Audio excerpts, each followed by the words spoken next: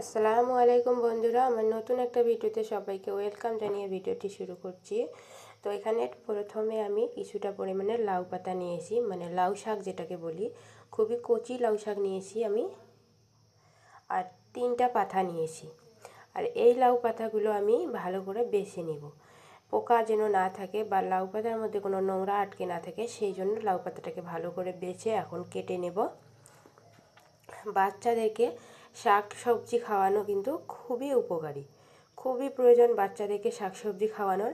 তাই আমি ওকে নিত্য নতুন শাক খাওয়াই। আজকে খিচুড়িতে দিব লাউ শাক, কখনো আমি পুঁই শাক দিই, কখনো লাল শাক, কখনো পালং শাক, যখন যেটা সিজন আসে তখন সেই শাকটাই আমি খাওয়াই। তবে আজকে আমি মেয়ের জন্য খিচুড়ি করব। 3 চামচ ডাল নিয়ে নিচ্ছি আমি, এখানে মুসুর ডাল নিয়েছি, তোমরা চাইলে মুগ ডালটা নিয়ে নিতে পারো। তবে আমি 3 চামচ ডালের মধ্যে 1 চামচ শুধু চাল ব্যবহার করছি, মানে আজকের খিচুড়িটা হবে একদম সবজি খিচুড়ি। তো চাল এবং ডালগুলো ভালো করে ধুয়ে নিয়েছি, এখন কড়াইয়ের মধ্যে দিয়ে দিলাম। এখন এখানে সবজি নিব, কিছু সবজি আমার হাতের পাশে ছিল, সেই সবজিগুলো দিয়ে আমি খিচুড়িটা করে নিচ্ছি। দিয়ে দিলাম সিম, এরপরে দিচ্ছি মিষ্টি আলু, এরপরে দিয়ে দিচ্ছি বাঁধাকপি, আর সঙ্গে ছিল পেঁয়াজ কুচি। এরপরে দিয়ে দিলাম ধুয়ে রাখা লাউ শাক, একটা এলাচ, একটা দারুচিনির টুকরো, এরপরে আদা রসুনের পেস্ট, স্বাদ মতো লবণ, দিয়ে দিচ্ছি হলুদ, এবার দিয়ে দিলাম ভাজা জিরের গুঁড়ো। এখন আমি দিয়ে দিব 2 চামচের মতো ঘি।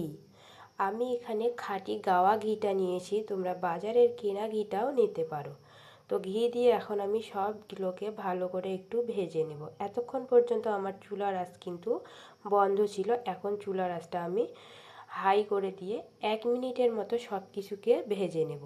দেখুন শাকটা কিন্তু অনেকটাই মানে কমিয়ে আসলো, তো শাক থেকে অনেকটাই পানি ছেড়ে দিয়েছে। এটা ভাজার পরে আমি পরিমাণ মতো পানি দিয়ে এটাকে সেদ্ধ করে নেব।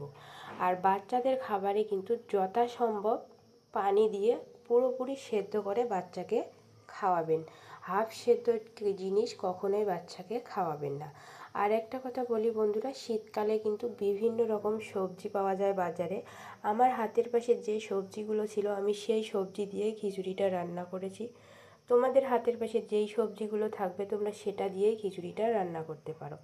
এখন ঢাকনা দিয়ে ঢেকে সবজিগুলোকে সেদ্ধ করে নিলাম। এখন আমি ঢাকনা তুলে সব কিছু সেদ্ধ হয়ে গেছে চেক করে নিলাম।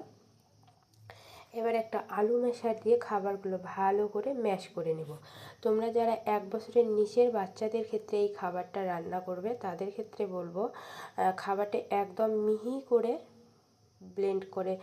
ব্লেন্ডারে ব্লেন্ড না করে ছাঁকনি দিয়ে ছেঁকে নিতে পারো। তবে আমি বলবো এই খিচুড়িটি তোমরা 1 বছরের ঊর্ধ্বে বাচ্চাদের খাওয়ানোর চেষ্টা করবেন, কারণ এখানে যেহেতু শাক দিয়েছি শাকটা একদম মিহি করে আমি দিইনি, কারণ আমার মেয়ে একটু চিবিয়ে খেতে পারে, দাঁত উঠেছে, সেই কারণে আমি আলু ম্যাশার দিয়ে ম্যাশ করে খিচুড়িটি রান্না করে নিয়েছি। এই খাবারটি তোমরা 1 বছরের ঊর্ধ্বে বাচ্চাদের ক্ষেত্রে কিন্তু রান্না করে খাওয়াতে পারো। খিচুড়ির টেস্ট যতটাই হয়েছে ততটাই কিন্তু খিচুড়িটা পাতলা করেছি, যেন মেয়ে একদম গিলে খেতে পারে, চিবাতে না লাগে। তবে যাই হোক, এখানেই শেষ করছি ভিডিওটি। ভালো থাকবেন, সুস্থ